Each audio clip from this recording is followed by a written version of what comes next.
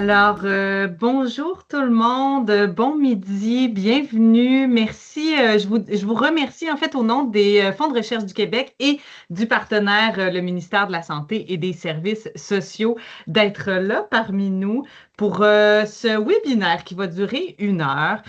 C'est un webinaire qui fait partie de notre série de midi-conférences recherche sur le cannabis.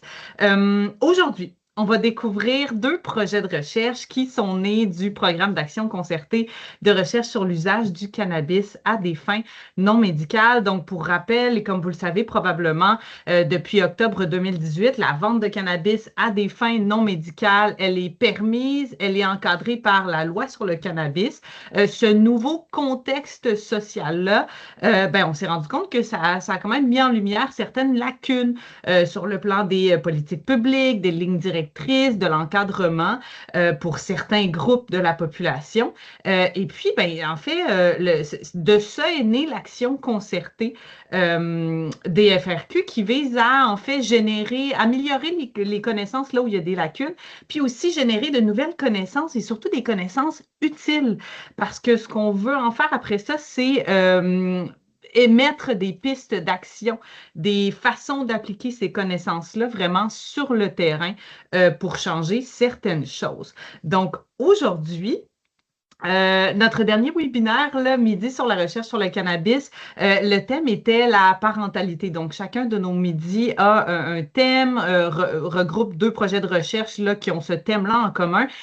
Aujourd'hui, on va parler d'habitudes de consommation de cannabis chez 2 groupes spécifiques pour lesquels il y a un certain manque de lignes directrices là, gouvernementales qui seraient vraiment spécifiques à ces groupes-là et qui pourraient leur servir, soit les personnes avec expérience vécue de psychose et les personnes atteintes de douleurs chroniques. Je ne vous en dis pas plus pour l'instant parce qu'évidemment, avec nous, on a des chercheurs qui représentent ces projets de recherche-là.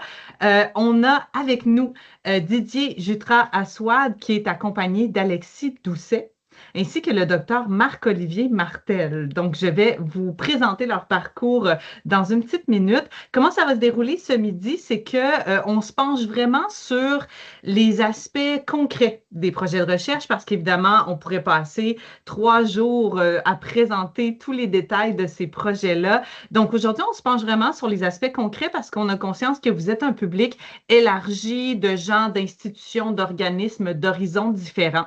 Et le but, c'est vraiment de vous donner un portrait global de ces projets-là, des nouvelles connaissances qu'ils ont générées, puis comment ça pourrait influencer votre travail, vos pratiques, quels futurs projets, applications ou idées ça pourrait permettre de faire naître, de vous donner des idées de personnes à contacter dans les prochaines semaines.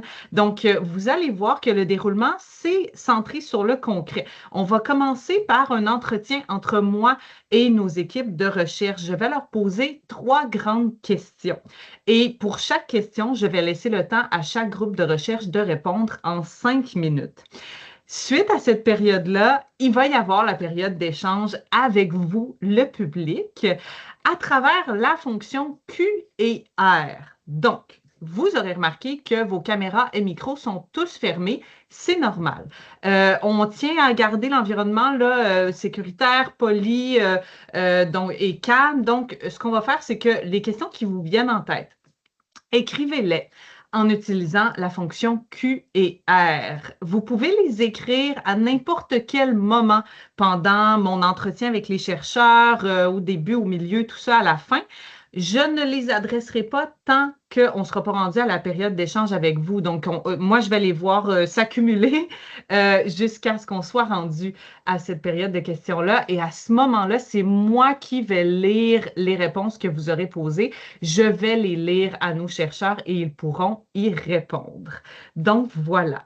Et aussi, dans l'application Q et R, vous verrez apparaître des liens.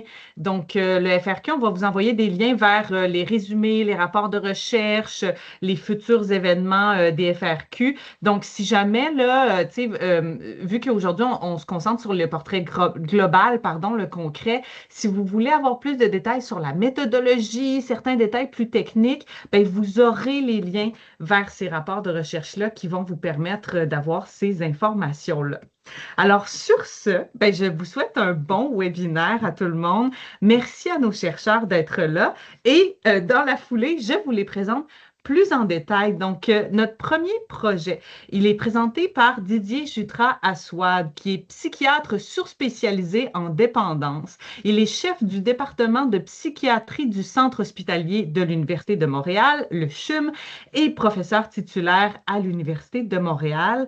Il est chercheur principal au Centre de recherche du CHUM et ses travaux en général, portent sur les troubles liés à l'usage de substances avec une spécialisation sur le cannabis et les liens entre la consommation du cannabis et la santé mentale.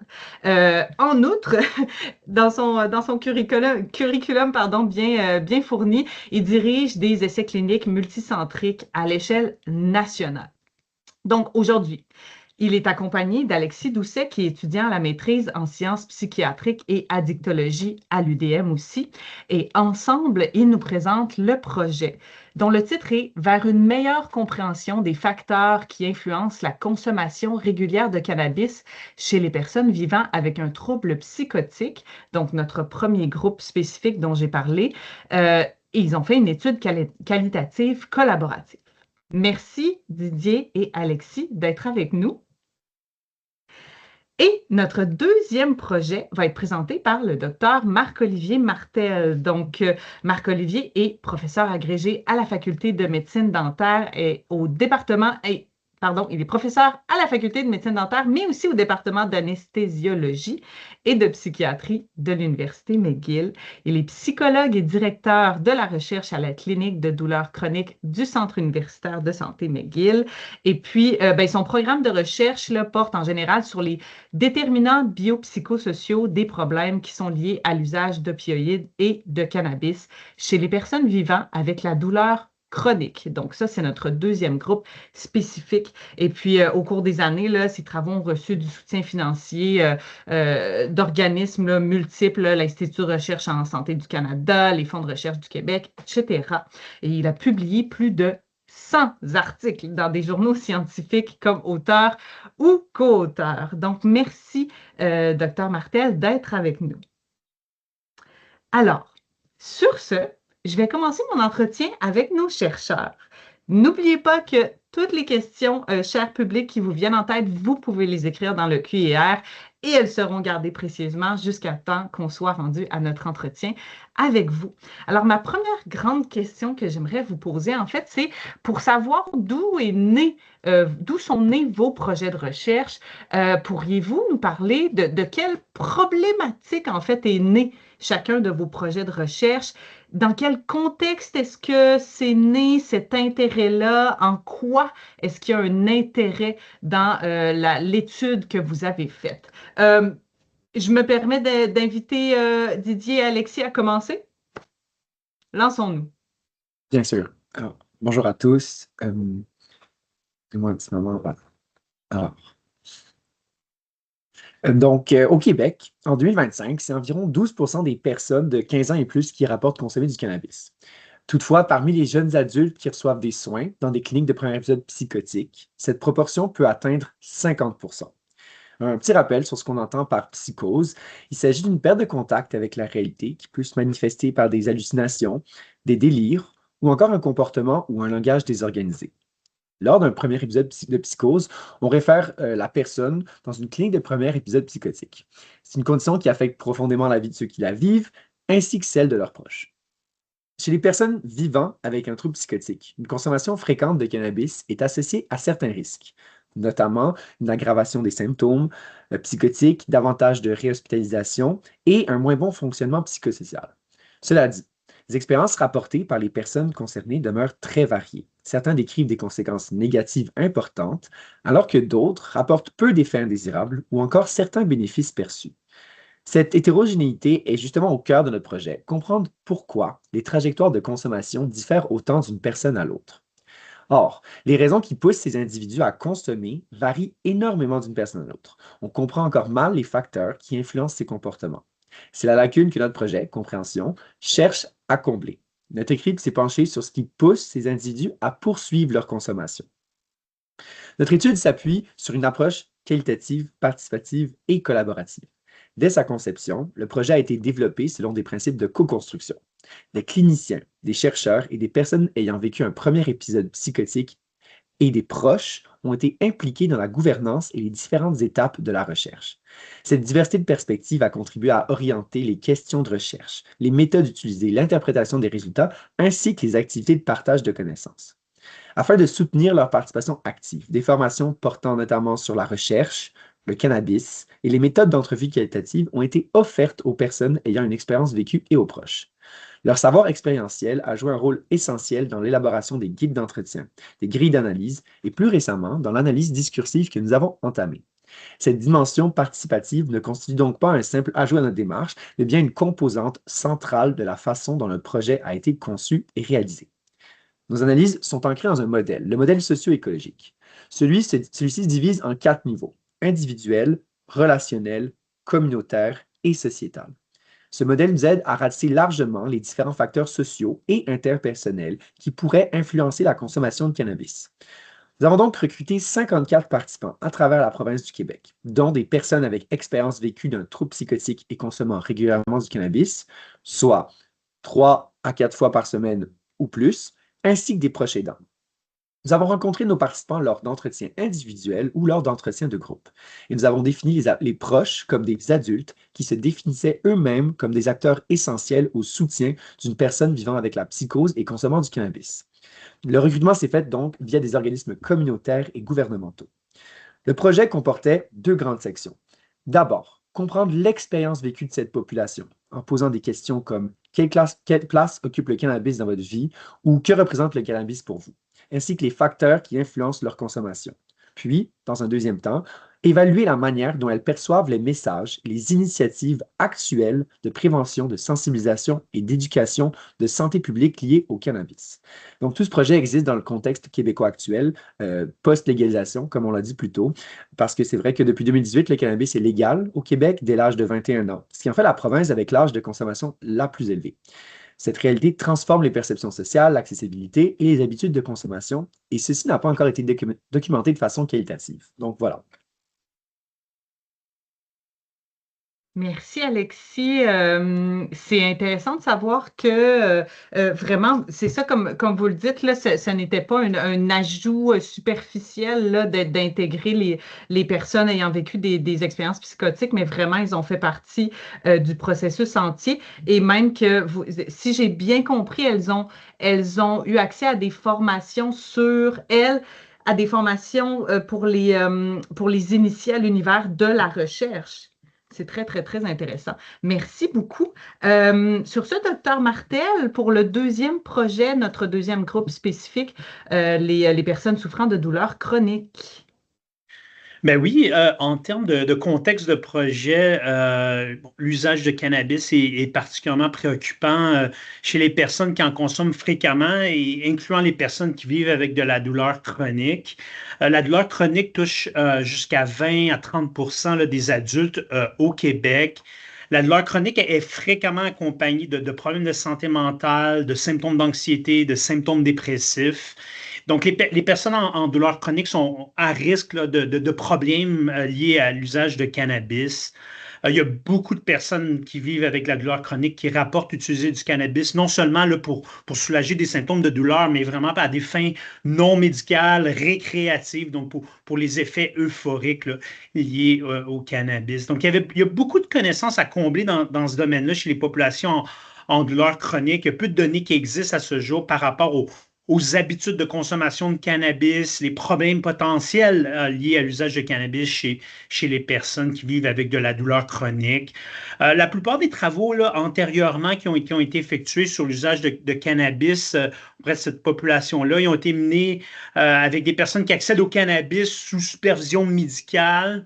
Donc, il y a vraiment des études là, qui sont nécessaires chez les personnes en douleur qui utilisent du cannabis, non seulement pour la douleur, mais pour des raisons récréatives et qui accèdent au cannabis via la route récréative, donc par exemple la SQDC là, dans nos communautés.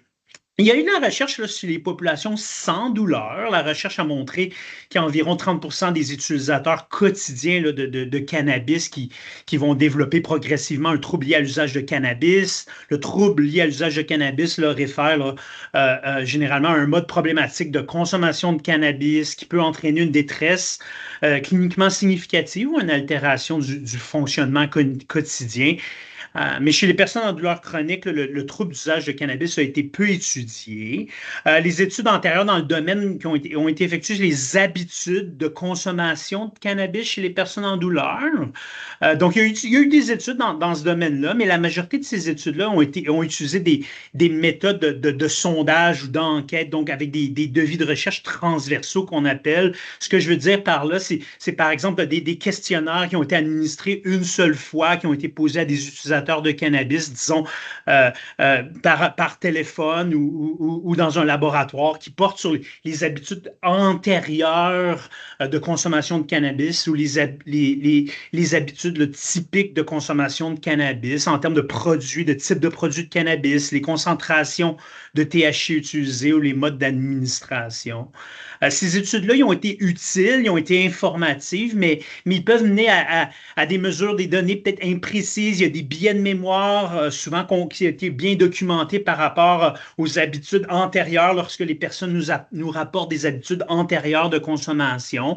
Et de façon importante, là, ils ne nous permettent pas de vraiment bien comprendre les déterminants proximaux, c'est-à-dire comme à court terme ou les déterminants quotidiens, par exemple des envies, des cravings, pardonnez-moi l'anglicisme, là, envers le cannabis, les profils d'usage de cannabis, la quantité de THC qui est consommée au quotidien, et donc les problèmes aussi liés au cannabis. Donc, dans le contexte de notre projet, les objectifs, des enjeux qui ont été adressés, on voulait examiner les symptômes liés au trouble d'usage de cannabis chez les personnes avec douleur chronique qui se procurent du cannabis là, via la route récréative.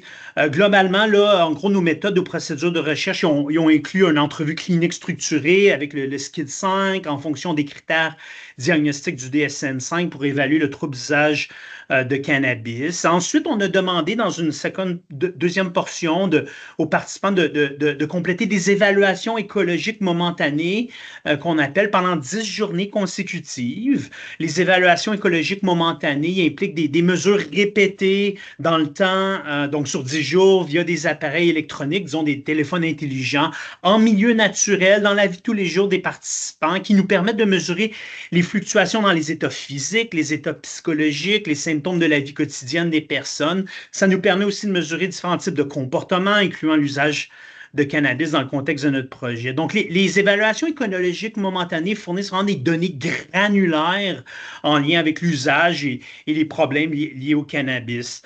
Ça nous a permis aussi de caractériser donc d'une journée à l'autre au quotidien les types de cannabis utilisés, les modes d'administration. Ça nous a permis d'examiner vraiment de façon très précise jusqu'à quel point que les fluctuations dans l'intensité de la douleur, d'anxiété, l'humeur dépressive des participants pouvaient contribuer aux cravings, aux envies de consommer du cannabis, la fréquence d'usage de cannabis, la quantité quotidienne de THC qui a été utilisée, ainsi que des effets secondaires là, potentiellement liés au cannabis.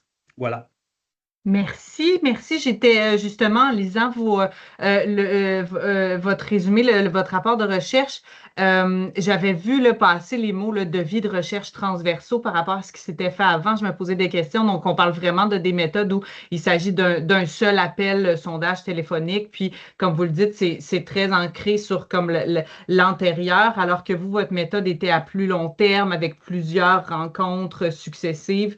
Donc, là, comme vous le dites, on allait vraiment chercher dans le quotidien passé, mais aussi présent des gens.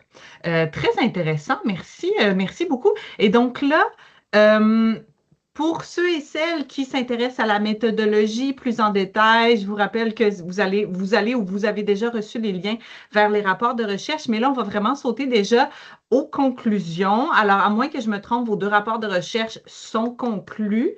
Donc, quelles sont vos principales observations, conclusions? Quelles sont les pistes de réflexion qui sont nées de vos 2 projets de recherche? Didier et Alexis? Oui, bien sûr. Donc, nos résultats préliminaires sont assez riches et nuancés. Je dirais, aujourd'hui, je ne pourrais pas vous parler de la vingtaine de thèmes qui sont sortis lors des entretiens que nous avons menés. Alors, je vais vous proposer les plus saillants. Donc, comme je l'ai dit, au niveau du modèle que j'ai utilisé, au niveau individuel, donc le plus petit, l'un des thèmes les plus importants concernait la psychose. D'abord, il est important de rappeler que les participants rapportent des trajectoires très diverses. Malgré cette hétérogénéité, plusieurs établissent un lien entre leur consommation de cannabis et leur psychose, notamment parce que leur consommation atteignait souvent son apogée au moment de l'apparition ou de l'aggravation des symptômes. En réponse à cette expérience, plusieurs décrivent avoir progressivement développé des stratégies pour moduler leur consommation. Par exemple, en ajustant les quantités consommées, la fréquence, les lieux de consommation ou encore le type de produit utilisé. Ces ajustements s'inscrivent dans une démarche plus large d'autorégulation visant à maintenir certains bénéfices perçus tout en réduisant les conséquences négatives associées à la consommation. Alors, un extrait d'entretien qu'on a eu de Verbatim avec l'un de nos participants, il disait que maintenant, le cannabis est un outil, mais comme ça a toujours été. Les effets positifs sont toujours présents et les effets négatifs encore moins. Je suis beaucoup plus apte à pouvoir gager les plateaux puis à me fixer mes limites, me dire, OK, là, j'ai du plaisir avec temps. Toujours au niveau individuel du modèle, un autre thème important, c'était la santé mentale en dehors de la psychose. Les participants identifient spontanément donc des effets négatifs à leur consommation, comme la motivation, la paresse, l'augmentation des symptômes dépressifs ou encore la perte de mémoire. Ils en sont conscients, mais ils identifient aussi des effets positifs, et ce sont ceux qui, de leur point de vue, l'emportent dans la balance. Parmi les effets positifs les plus fréquemment mentionnés, une diminution de l'anxiété, une meilleure régulation émotionnelle, une amélioration de l'attention et de la concentration et un meilleur sommeil.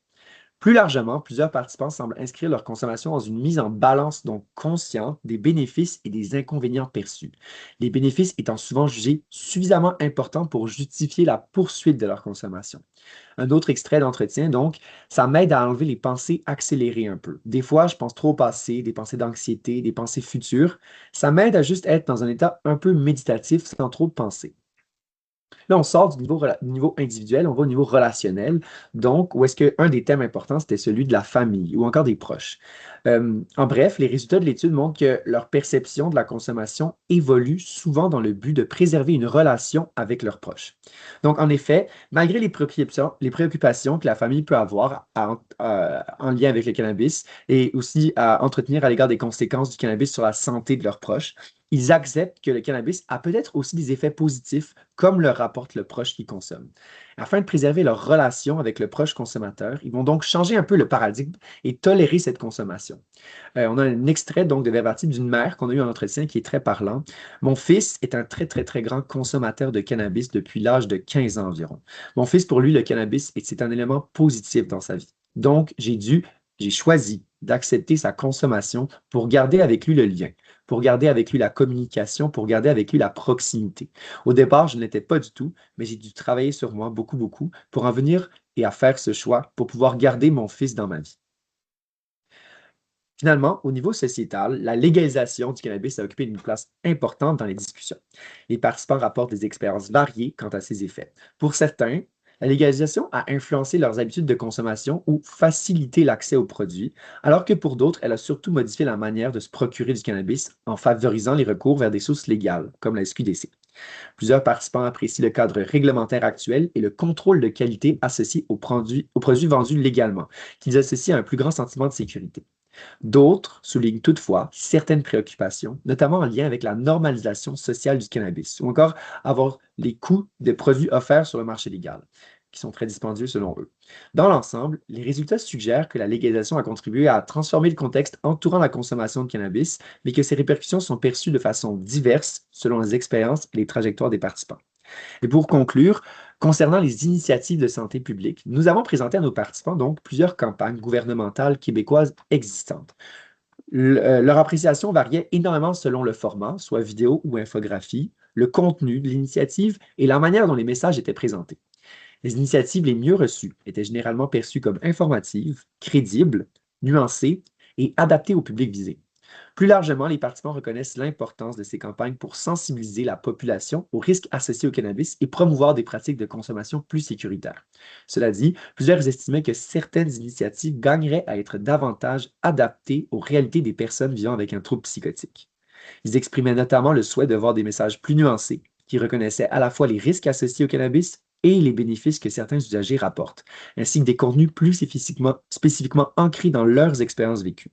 Ces résultats suggèrent donc moins la nécessité de remplacer les approches actuelles que celle de les compléter et les bonifier afin de mieux répondre à la diversité des besoins et des parcours. Voilà. Merci Alexis. J'entendais justement vos observations là, du point de vue individuel, puis justement de savoir que dans cette balance bénéfice-inconvénient consciente-là que les personnes qui consomment le cannabis en ayant vécu des expériences de psychose, là, dans cette balance-là qu'ils font, donc on tend à vouloir continuer la consommation de cannabis parce qu'il y a cette autorégulation-là qui permet de mitiger les effets négatifs. Donc, on voit que les personnes qui ont vécu des expériences psychotiques vont et veulent continuer à consommer le cannabis. Donc, c'est d'autant plus pertinent que le gouvernement s'applique à développer de meilleures lignes directrices pour ce groupe-là. Donc, merci beaucoup. On voit vraiment la pertinence de votre projet de recherche. Docteur Martel? Oui, donc certains résultats là, ou observations clés en lien avec les profils d'usage de cannabis, plus spécifiquement en ce qui concerne les types de cannabis les plus fréquemment utilisés par nos personnes vivant avec de la douleur chronique, donc des produits de cannabis séchés, les produits à base d'huile les plus fréquemment utilisés. En ce qui concerne les modes d'administration du cannabis, la combination d'inhalation, donc fumée vaporisée et par voie orale pour la vaste majorité des participants, jusqu'à 60% des participants qui combinaient les modes d'administration lors d'une même occasion d'usage de cannabis. Donc, la plupart des participants, là, au jour le jour, ont utilisé plus d'un produit de cannabis. Jusqu'à 80% là, des personnes qui utilisaient plus d'un produit de cannabis par journée. Ce qui suggère peut-être là, que ce profil d'utilisation-là de cannabis pourrait offrir là, des bienfaits analgésiques, peut-être une réduction de douleur, mais tout en permettant là, de vivre les effets non analgésiques, là, les effets là, euphoriques là, du cannabis en combinant ces produits-là. On a observé, là, c'est important, une variabilité considérable dans l'exposition quotidienne au THC. Dans notre étude, l'exposition quotidienne moyenne au THC s'élevait à environ 21%.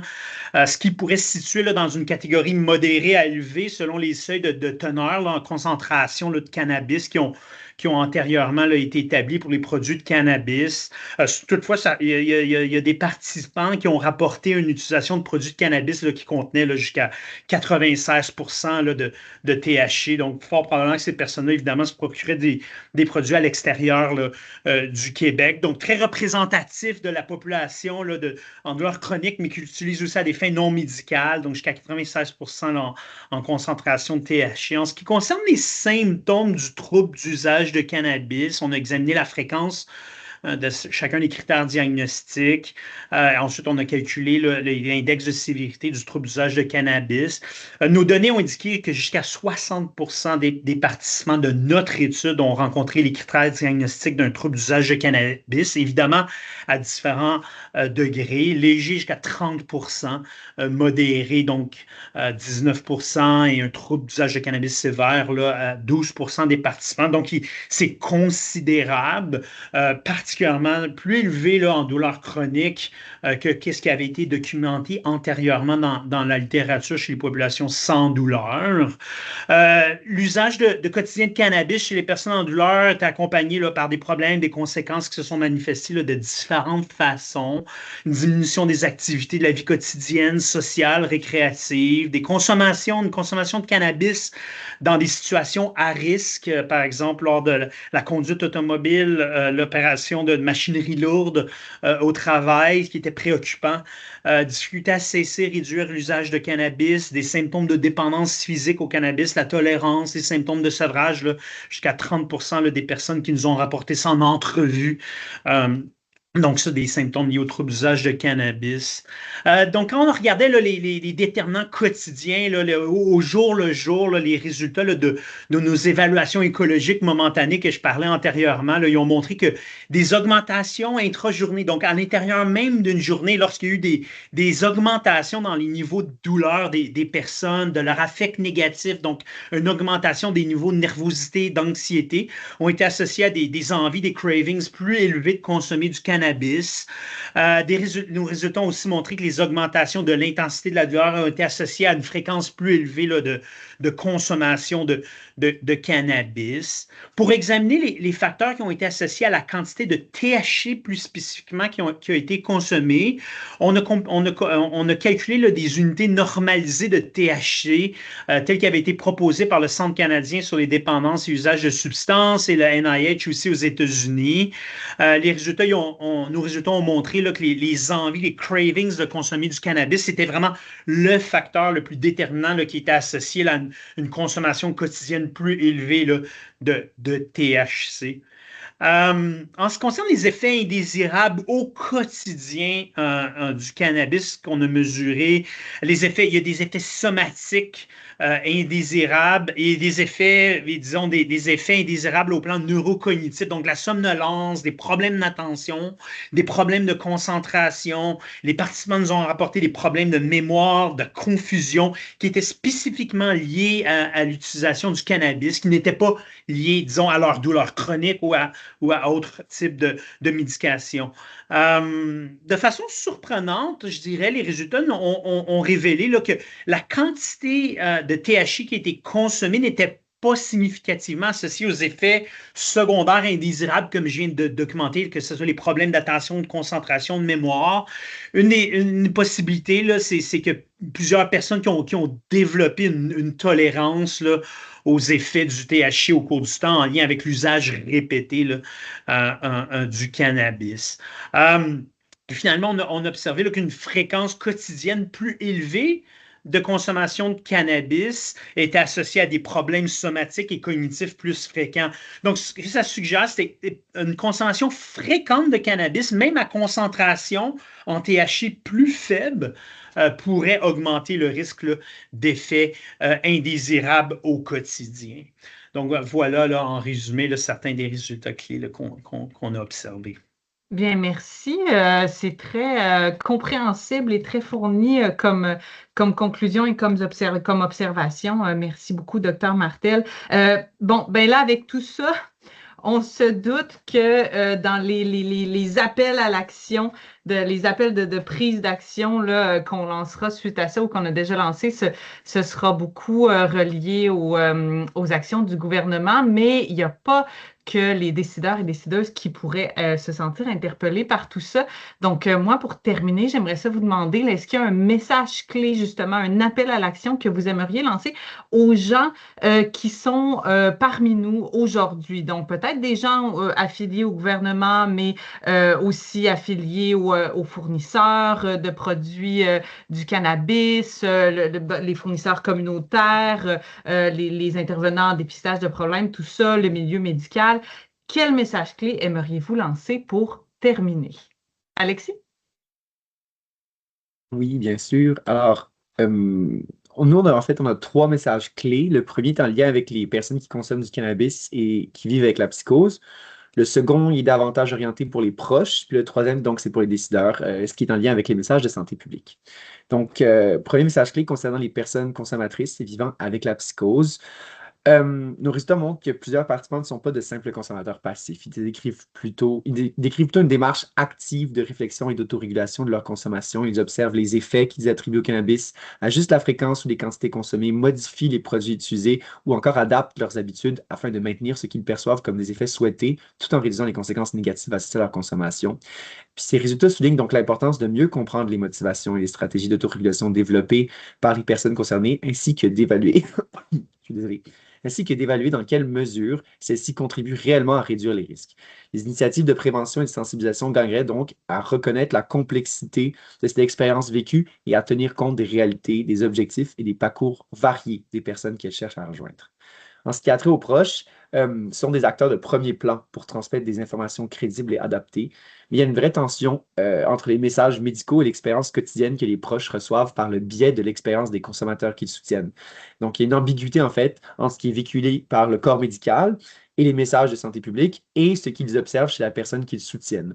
Et ça affecte donc un peu leur habileté à être présent pour cette personne-là. Malgré l'importance d'une multiplicité des voix, une plus grande cohérence, une meilleure communication entre les milieux cliniques, communautaires et les campagnes publiques permettrait donc de pallier cette situation. Finalement, pour les décideurs, donc ce qui en concerne les messages de santé publique, nos résultats mettent en lumière 3 pistes d'action importantes pour améliorer les interventions en matière de prévention et de sensibilisation au cannabis. D'abord, il nous paraît essentiel de renforcer l'implication des personnes ayant une expérience vécue de la psychose et de la consommation de cannabis. Leur participation à la conception des initiatives permet de développer des outils plus pertinents, mieux adaptés à leur réalité et davantage susceptibles d'être acceptés par les populations visées. Ensuite, il est important de le souligner à nouveau, mais les campagnes de santé publique gagneraient à adopter une approche plus nuancée, en reconnaissant les risques associés au cannabis et les bénéfices que certains usagers perçoivent. Des messages donc accessibles, crédibles et adaptés aux enjeux de santé mentale pourraient ainsi favoriser une meilleure réception des informations. Puis finalement, il est important de mobiliser davantage les proches et les cliniciens qui jouent un rôle central dans le soutien des personnes concernées. En leur fournissant des ressources cohérentes et adaptées, il devient possible de renforcer l'accompagnement offert et de favoriser des approches plus efficaces et mieux ancrées dans les besoins réels des usagers. Donc, c'est un peu ça qui conclut nos messages clés. Puis peut-être juste pour terminer, je pense qu'il me reste encore un peu de temps, mais les prochaines étapes du projet incluent des activités de mobilisation des connaissances auprès de diverses audiences, un travail ciblé avec les décideurs de santé publique et le lancement de 2 projets d'implantation et d'intervention technologique pour accompagner les jeunes vivant avec un premier épisode de psychose, l'un axé sur la réduction de l'usage et l'autre sur la réduction des méfaits, tous deux soutenus donc par les IRSC et le MSSS. Voilà. Ben, c'est très impressionnant que toute cette gamme-là d'actions concrètes soit déjà en marche ou sur le point d'être en marche. Puis on peut s'imaginer tout ce que ça peut porter d'autres à long terme. Merci beaucoup Alexis, merci Didier. Et donc Marc-Olivier, pour un dernier message, vous aussi à quiconque voudrait l'entendre. Oui, bien sûr. Donc, peut-être des implications là, de nos résultats, des messages clés aussi. Dans l'ensemble, là, nos résultats, là, il offre une meilleure compréhension, premièrement, là, des profils d'usage de cannabis chez les personnes en douleur chronique.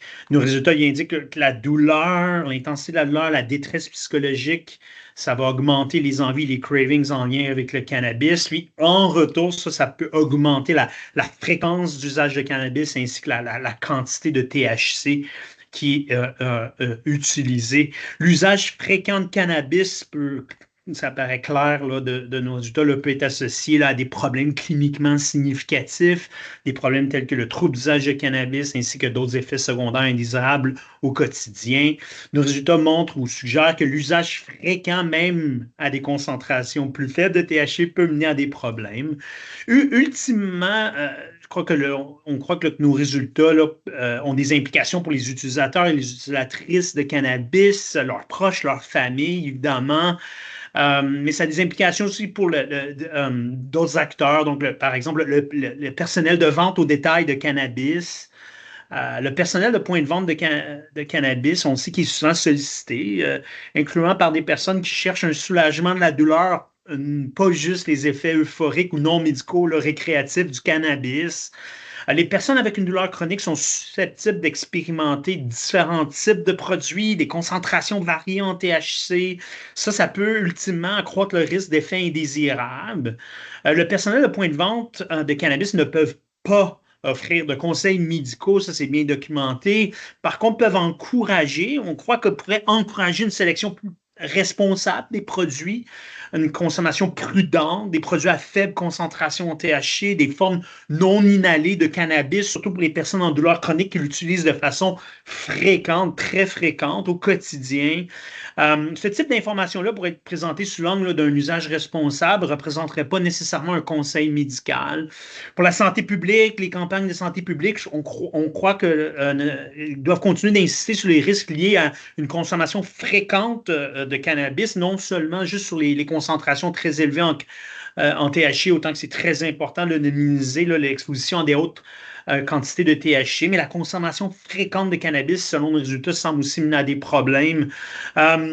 les cliniciens dans nos communautés qui offrent des soins à des personnes en douleur, je mentionnais 20 à 30 de la population qui souffre de douleurs chroniques. Donc, on les voit dans nos communautés, nos cliniciens.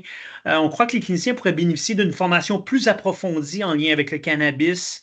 Afin de mieux accompagner les personnes qui consomment du cannabis. Autant que le cannabis peut avoir des bienfaits, le cannabis peut aussi mener à des problèmes. Donc, offrir une guidance pour une consommation plus sécuritaire, inciter les personnes à monitorer leur consommation, à prendre des pauses, à modérer leur fréquence d'usage, aussi afin de prévenir les symptômes de dépendance physique au cannabis et de prévenir le développement d'un trouble d'usage de cannabis. Chez les personnes qui utilisent du cannabis fréquemment, très fréquemment au quotidien et qui montrent des signes d'un trouble d'usage de cannabis ou d'autres problèmes liés au cannabis et qui communiquent un désir des personnes. Il y en a des personnes qui vont communiquer un désir de réduire l'usage de cannabis. Évidemment, les interventions devraient mettre vraiment l'accent sur une réduction progressive de la consommation plutôt qu'un arrêt brusque qui peut mener à d'autres problèmes.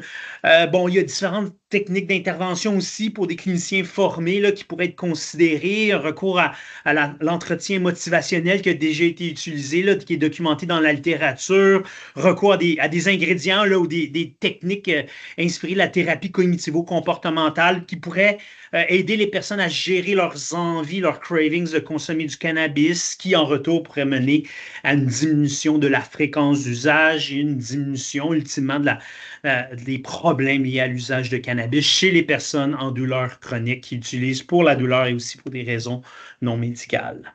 Et voilà. Merci beaucoup. Sur ça, là, je vous remercie pour vos questions vraiment bien, vos réponses, pardon, vraiment bien vulgarisées.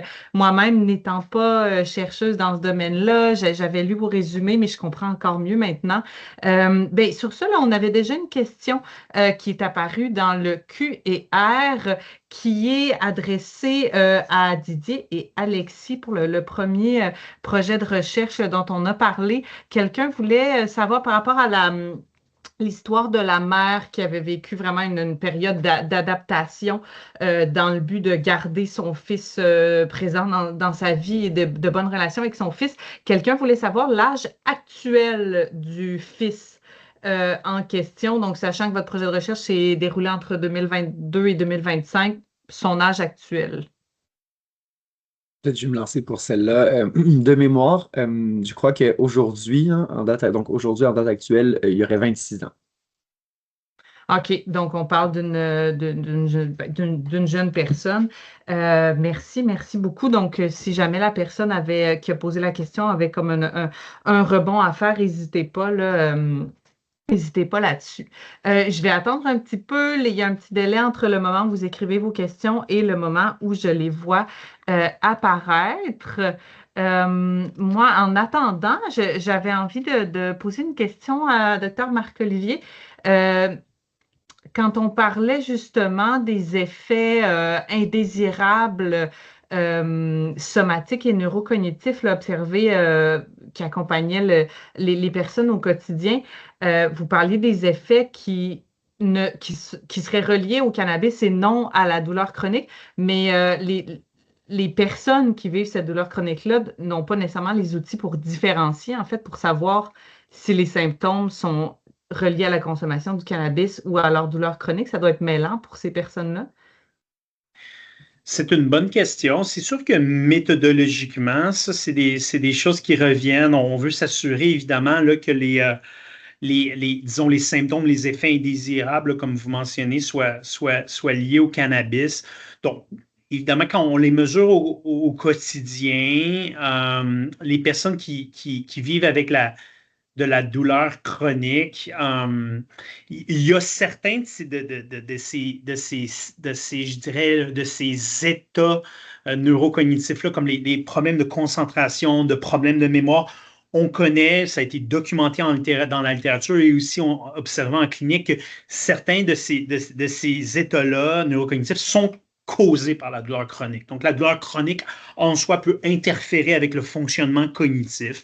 Ceci étant dit, ces personnes-là qui vivent avec la douleur chronique, souvent depuis des années, ont aussi appris à bien reconnaître c'est quoi leur état de base. Je dirais, et la question en soi qui était administrée au jour le jour, elle faisait vraiment spécifiquement référence à est-ce que certains de ces symptômes-là ont été exacerbés, disons, ou vraiment suite à l'usage de cannabis? Est-ce qu'il y a des problèmes de mémoire qui ont été exacerbés ou augmentés? Donc, vraiment, on aime croire qu'ils ont été capables de faire la différence entre le fonctionnement neurocognitif de base, qui peut être, dans certains cas, pas tous les cas, peut-être déficitaire, et ceux qui sont exacerbés par l'usage de cannabis.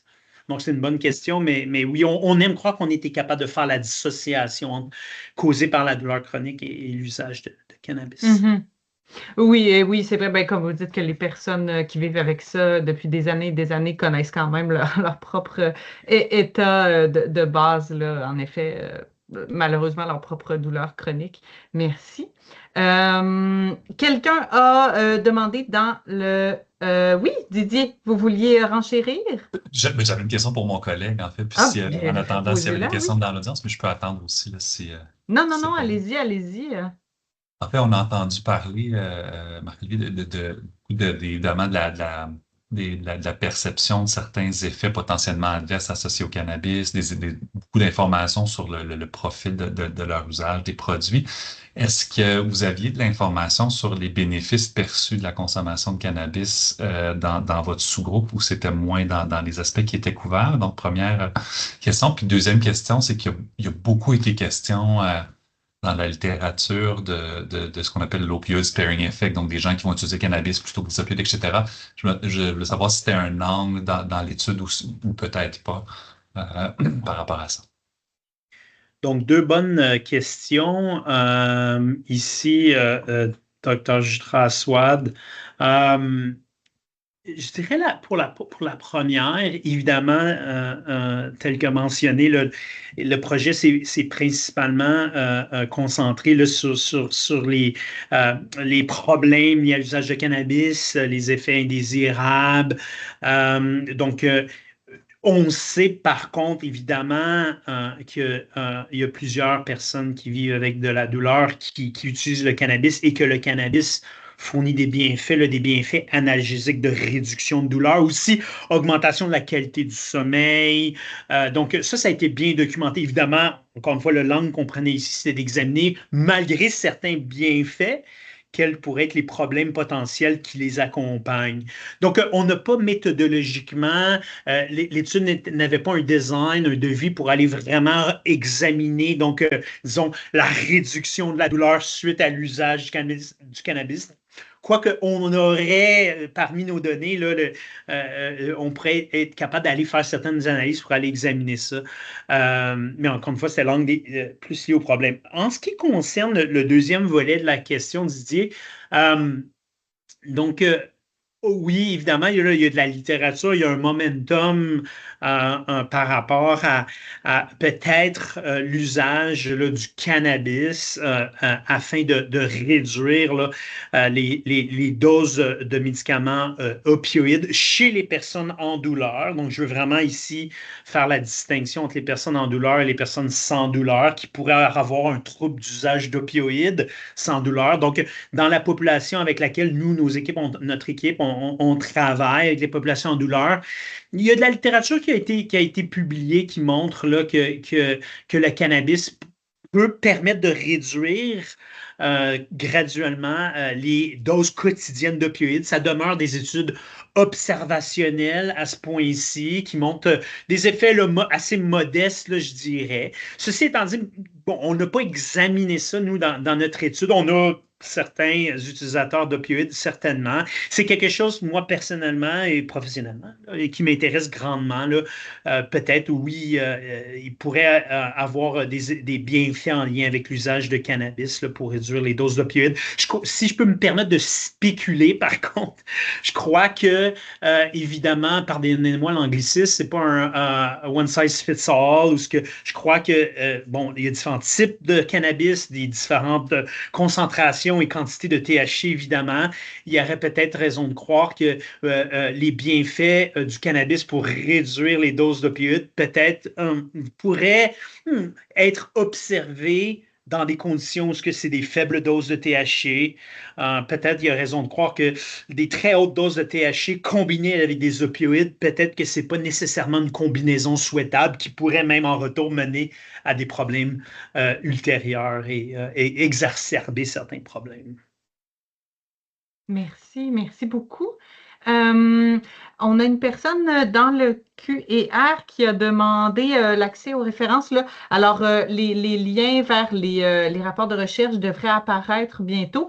Et en plus, on vous envoie dans les jours suivants là, ce webinaire-là, un courriel avec l'enregistrement qui va être disponible, ainsi que ces fameux liens-là. Donc, vous allez les recevoir.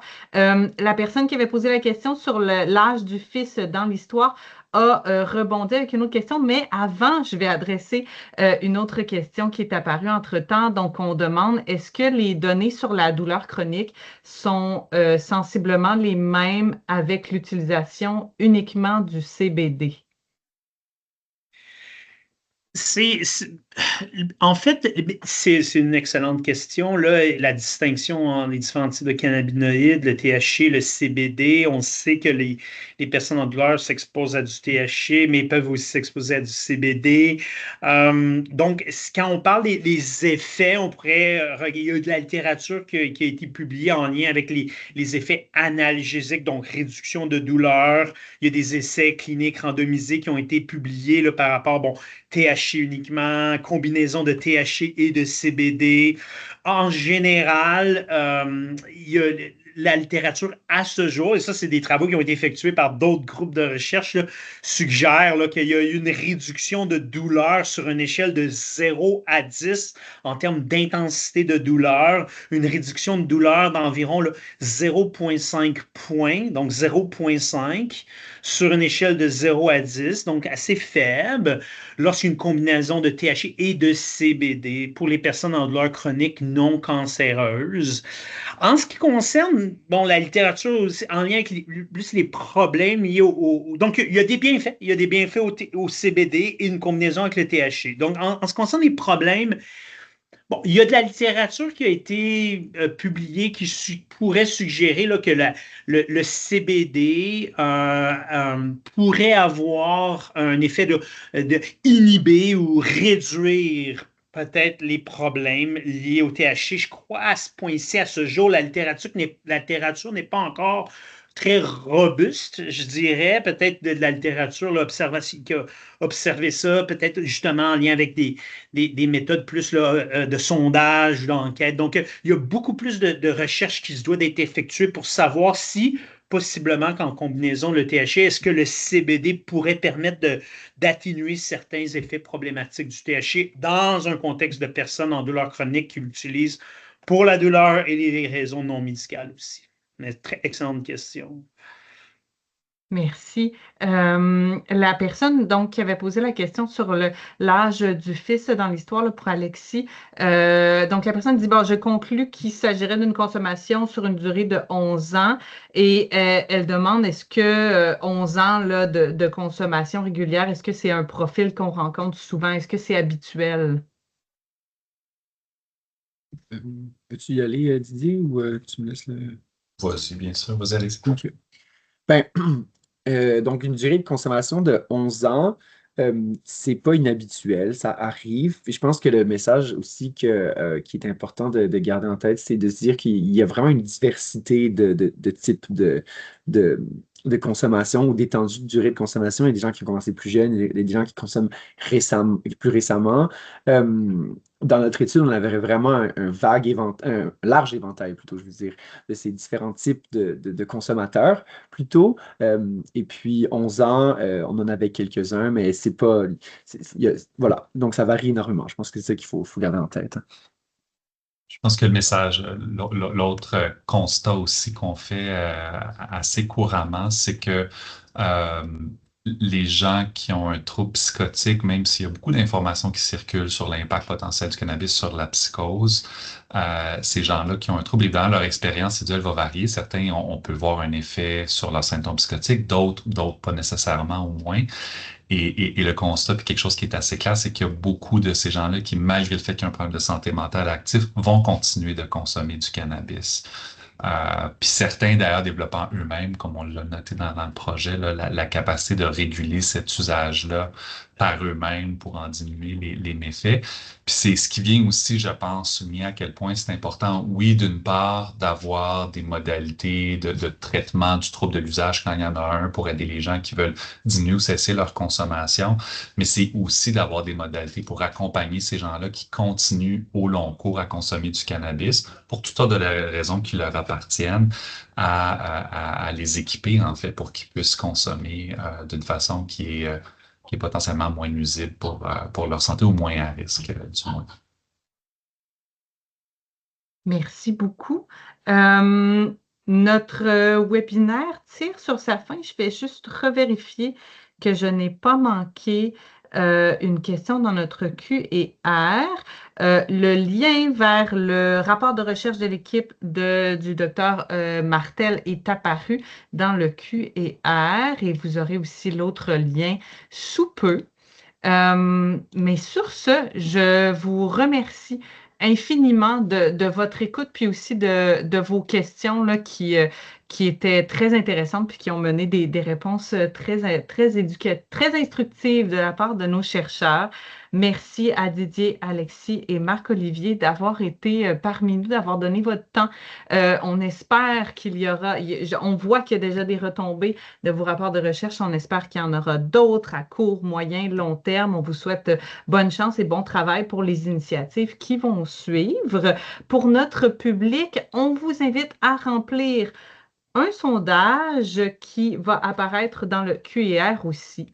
Vous allez recevoir un courriel, comme je le disais, avec l'enregistrement vidéo, les liens vers les rapports de recherche. Nous avons une prochaine activité web des FRQ le 12 juin prochain. Cette fois-ci, ce ne sera pas un webinaire midi sur la recherche sur le cannabis, mais une activité de transfert de connaissances là, de 2 heures sur des projets de recherche là, qui étaient reliés à un autre programme des actions concertées du FRQ. Donc, vraiment, au nom des FRQ, au nom du MSSS, on vous remercie tout le monde et je vous souhaite une très, très belle journée.